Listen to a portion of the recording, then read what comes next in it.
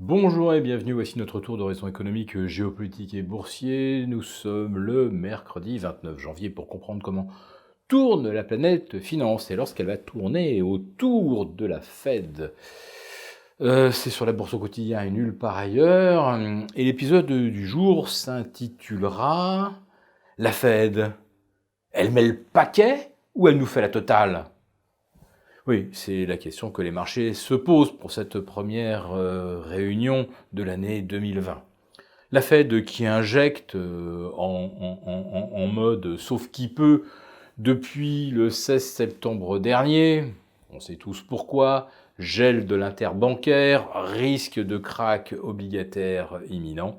La Fed a donc opté pour la fuite en avant, d'abord alimenter au jour le jour le marché avec autant de dizaines de milliards que nécessaire, et regonfler son bilan, c'est-à-dire en fait le périmètre des actifs qu'elle détient, au rythme le plus rapide jamais vu, y compris depuis la crise de 2009. Et puis, la Fed rachète aussi des instruments à 14 jours à hauteur de 25 ou 30 milliards.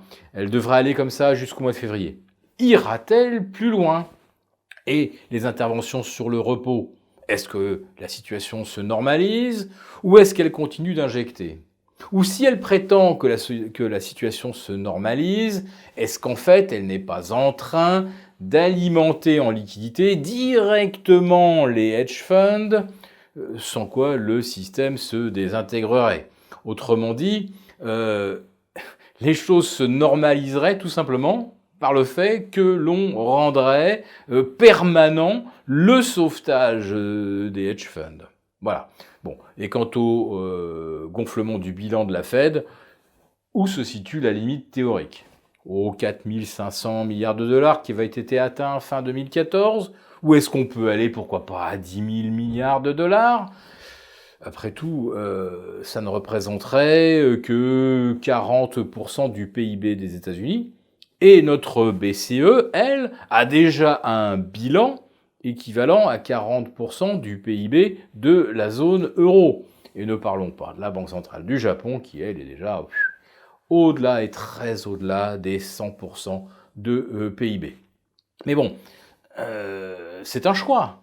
Soit la Fed décide qu'on reste dans une économie de marché et qu'il y a un moment où il faut que ce soit le marché qui price le risque, qui price les projets pertinents, ceux qui ne le sont pas.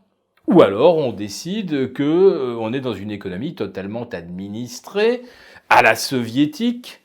Autrement dit, c'était bien la peine que le capitalisme l'emporte sur le communisme chinois, le communisme soviétique, pour adopter exactement le même type de gestion centralisée par un organe suprême et qui impose sa volonté à tout le monde.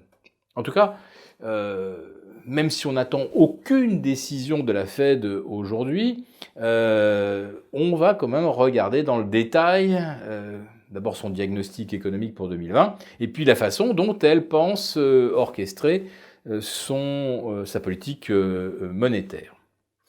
En Europe, la BCE, elle s'est exprimée il y a maintenant 6 jours. Elle restera accommodante et elle nous prépare quelque chose pour l'automne.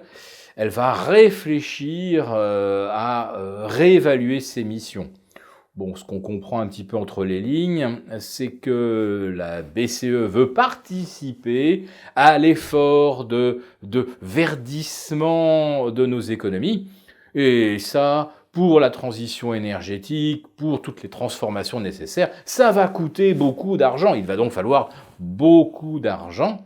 Et la BCE va donc avoir un très bon prétexte pour injecter beaucoup d'argent. Ça passera comme une lettre à la poste, même si ce beaucoup d'argent n'est pas spécialement destiné effectivement à verdir la planète, mais à empêcher plutôt que les marchés ne rougissent brutalement.